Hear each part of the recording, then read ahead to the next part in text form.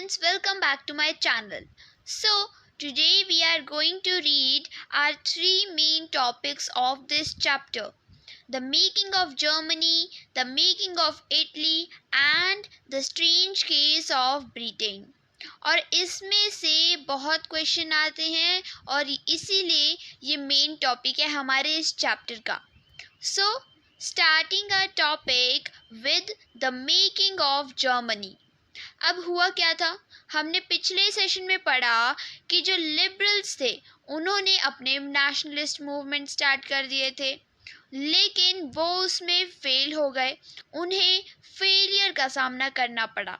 सो हुआ क्या, जो नेशनलिस्ट पावर थी वो अब कंजर्वेटिव्स के हाथ में आ चुकी थी और कंजर्वेटिव्स इसका फुल यूज उठा रहे थे. उन्होंने इस पावर को, नेशनलिस्ट पावर को यूनिफिकेशन में यूज किया. सो यहीं से हमारा केस आता है जर्मनी का. अब पहले जर्मनी जैसी कोई भी चीज़ नहीं थी, because as we know that there were no nation states. So उस समय होते थे German speaking regions, German speaking peoples हुआ करते थे. तो कंजर्वेटिव्स ने सोचा कि जो जर्मन स्पीकिंग रीजन्स हैं हम उन्हें यूनिफाई करते हैं और एक नेशन स्टेट बनाते हैं जिसका नाम होगा जर्मनी. सो ये जो मूवमेंट था इसको किसने लीड किया था? प्रशिया ने. प्रशिया ने अपने कंधों पे ले लिया था कि हाँ, हमें इस मूवमेंट को सक्सेसफुल बना के ही रहना है. सो अब उस टाइम के जो राजा महाराजा हुआ करते थे वो खुद से कुछ काम नहीं करते थे, वो दूसरों से काम करवाया करते थे.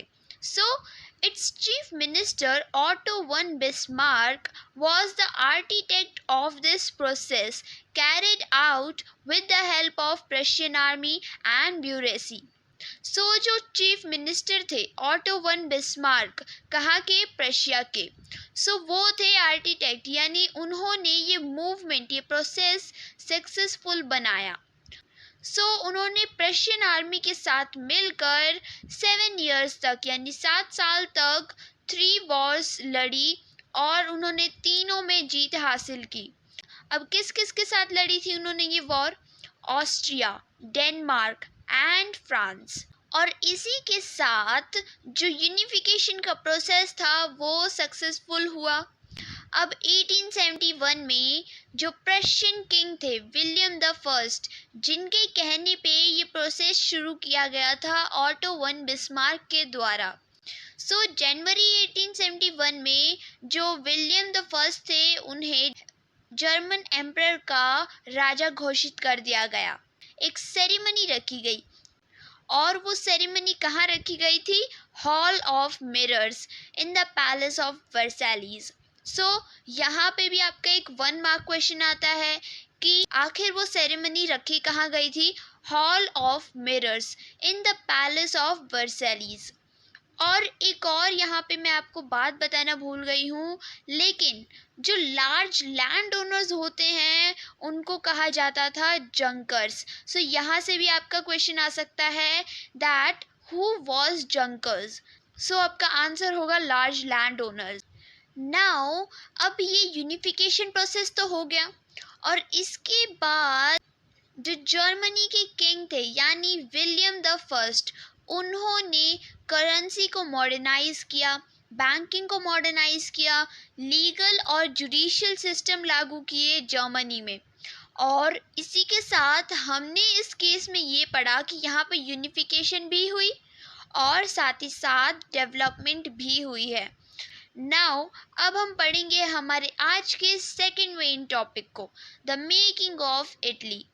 अब इटली में भी सबसे पहले हम वही देखेंगे, जैसे पहले जर्मनी जैसी कोई चीज़ नहीं थी, जर्मन स्पीकिंग रीजन्स हुआ करते थे और उनको यूनिफाई किया गया था, उसी तरह इटली जैसी भी कोई चीज़ नहीं थी, बल्कि जो इटली थी वो 7 स्टेट्स में डिवाइडेड थी. So Sardinia Piedmont ruled by an Italian princely house. अब जो सर्दिनिया पिडमॉन्ट है हम इसके बारे में आगे भी पढ़ेंगे, बिकॉज ये बहुत ही मेन रोल प्ले करता है हमारे इस यूनिफिकेशन ऑफ इटली में. और जो सर्दिनिया पिडमॉन्ट है वो एक ऐसा रीजन था जहाँ पे इटालियन प्रिंस का रूल था। The north was under Austrian Habsburg, जो सेंटर था वहाँ पे पॉप का रूल था, and the southern regions were dominated by the Bourbon kings of Spain. Even the Italian language had not acquired one common form and still had many regional and local variations. अब था क्या, Italian language तो थी but उसके अलग अलग dialects थे, उसके अलग अलग वेरिएशंस थे. अब हम यहाँ पे सबसे पहले पढ़ेंगे गिसेप मैज़िनी के बारे में. हम यहाँ पे उनके बारे में डिटेल में नहीं पढ़ेंगे बिकॉज ये हम पहले ही पढ़ चुके हैं उनके बारे में. यहाँ पे क्या हुआ, उन्होंने 2 बार ट्राई किया था इटली को यूनिफाई करने के लिए, एक 1831 में और एक 1848 में, लेकिन दोनों में ही उन्हें फेलियर का सामना करना पड़ा. उन्होंने एक सीक्रेट सोसाइटी भी बनाई थी जिसका नाम था यंग इटली. नाउ अब यहाँ से सर्दिनिया पिडमॉन्ट ने अपने कंधों पर ले लिया ये काम यूनिफिकेशन ऑफ इटली का, और सर्दिनिया पिडमॉन्ट रीजन के किंग का नाम था विक्टर इमानुएल द सेकेंड.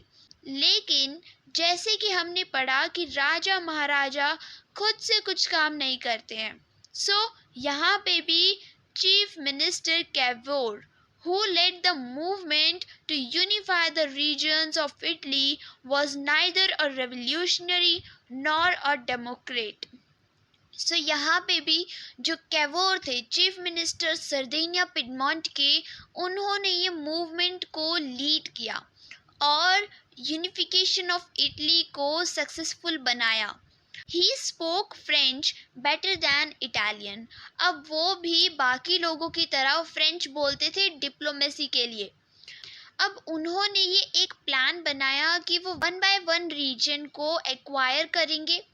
सबसे पहले उनके निशाने में आया ऑस्ट्रिया, और उन्होंने 1859 में फ्रांस के साथ मिलकर ऑस्ट्रियन फोर्सेस को डिफीट किया.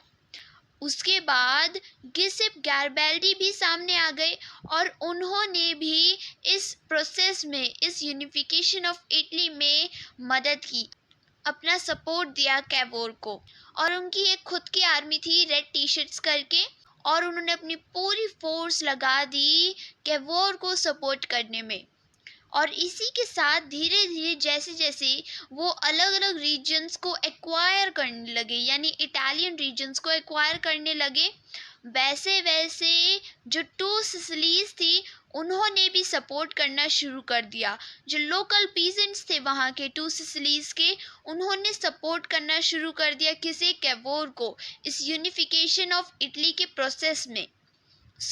अब होना क्या था, इतने सारे सपोर्ट के साथ आखिर ये प्रोसेस सक्सेसफुल तो होना ही था. In 1861 Victor Emmanuel II became the king of United Italy. अब हमारा यहाँ टॉपिक ख़त्म होता है, बट यहाँ पे भी हमें एक बात दी गई थी. अब जैसे कि हमने जर्मन केस में पढ़ा कि वहाँ पे यूनिफिकेशन जो प्रोसेस था वो सक्सेसफुल हुआ, यहाँ पे भी जो यूनिफिकेशन का प्रोसेस था वो सक्सेसफुल हो गया, बट वहाँ पे डेवलपमेंट हुई थी और यहाँ पे नहीं. कैसे? क्योंकि अभी भी बहुत से इलिटरेट पीपल थे जिनको ये लगता था कि इटालिया, या फिर हम कह सकते हैं लैटालिया, उनकी किंग की वाइफ थी. यूनिफाई तो हुई बट डेवलपमेंट नहीं हो पाई, और जर्मन यूनिफाई भी हुआ और डेवलपमेंट भी हुई. Now we will study the strange case of Britain. There were 4 types of ethnic groups, English, Welsh, Scottish and Irish. और इन सभी एथनिक ग्रुप्स की अलग अलग कल्चर हुआ करते थे, पॉलिटिकल ट्रेडिशनल्स भी अलग थे, इनके खुद की ट्रेडिशनल यूनिफॉर्म्स, ट्रेडिशनल क्लोथ्स हुआ करते थे. But as the English nation steadily grew in wealth, importance and power, it was able to extend its influence over the other nations of the islands. But जो English nation था वो बहुत ही तेजी से grow कर रहा था और उसके पास पैसा था, इम्पोर्टेंस थी, पावर थी। नाउ अब हुआ क्या, जो इंग्लिश पार्लियामेंट थी वो मोनार्क की जगह पे आ गई 1688 में। English parliament wanted more and more power, so उसने एक एक्ट लॉन्च किया जिसका नाम था the act of union in 1707। So अब क्या हुआ, जो इंग्लैंड था उसने स्कॉटलैंड से कहा कि हम दोनों मिलकर काम करते हैं, और इंग्लैंड ने ये वादा किया कि वो स्कॉटलैंड को इंग्लिश पार्लियामेंट में जगह देगा। लेकिन जैसे ही एक्ट ऑफ यूनियन पास हुआ, इंग्लैंड ने स्कॉटलैंड को धोखा दिया। कैसे? इंग्लैंड ने जो वादे किए थे स्कॉटलैंड से वो उसने उन्हें पूरा नहीं किया, एंड जो ग्रेट ब्रिटेन था उसका नाम चेंज कर दिया गया United kingdom of great Britain. Now, the British Parliament was henceforth dominated by its English members. अब जो स्कॉटिश पीपल्स थे उन्हें बहुत ही सफ़र करना पड़ रहा था, उन्हें पछतावा हो रहा था कि हमने इंग्लैंड के साथ हाथ क्यों मिलाया। और अगर स्कॉटिश पीपल अपनी इंडिपेंडेंस के लिए आवाज़ उठाते थे तो उन्हें बीट किया जाता था, उन्हें पनिश किया जाता था, उन्हें अरेस्ट कर लिया जाता था। और साथ ही साथ वो अपने कल्चर को नहीं अपना सकते थे, उन्हें सिर्फ इंग्लिश लैंग्वेज में बात करनी होती थी, या प्राइवेट में तो कर सकते हैं बट वो पब्लिक में नहीं कर सकते हैं। नाउ जो आयरलैंड था वहाँ पे भी सेम केस था। अब आयरलैंड कैथोलिक्स और प्रोटेस्टेंट्स में डिवाइडेड था। वहाँ पे दो तरीके के लोग थे, कैथोलिक्स एंड प्रोटेस्टेंट्स। जो इंग्लिश पीपल थे उन्होंने प्रोटेस्टेंट्स की हेल्प की आयरलैंड को एक्वायर करने में, बट जो कैथोलिक्स थे उन्हें भी गुस्सा आ गया कि ऐसे कैसे वो पूरे आयरलैंड पे राज कर सकते हैं। So Catholics revolted against British dominance and were suppressed, and after a failed revolt by Wolfe Tony and his United Irishmen in 1798, Ireland was forcibly incorporated into the United Kingdom in 1801. अब जो Catholics ने revolt शुरू की थी British के against, वो तो काम आई नहीं, वो फेल हो गए अपने इस मिशन में। And this revolt was led by whom? Wolfe Tone and his United Irishmen in 1798. जब उनका रिवॉल्ट अनसक्सेसफुल हो गया, सो जो United kingdom of the great Britain था उसने फोर्सिबली आयरलैंड को एक्वायर कर लिया 1801 में।